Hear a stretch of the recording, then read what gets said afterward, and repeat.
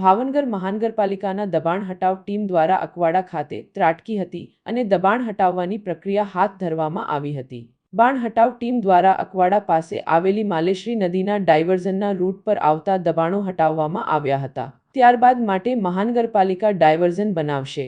જો કે મોટો પ્રશ્ન એ છે કે આ સિવાયના જમીન પરના દબાણો કેટલા છે અને એ ક્યારે દૂર કરવામાં આવશે।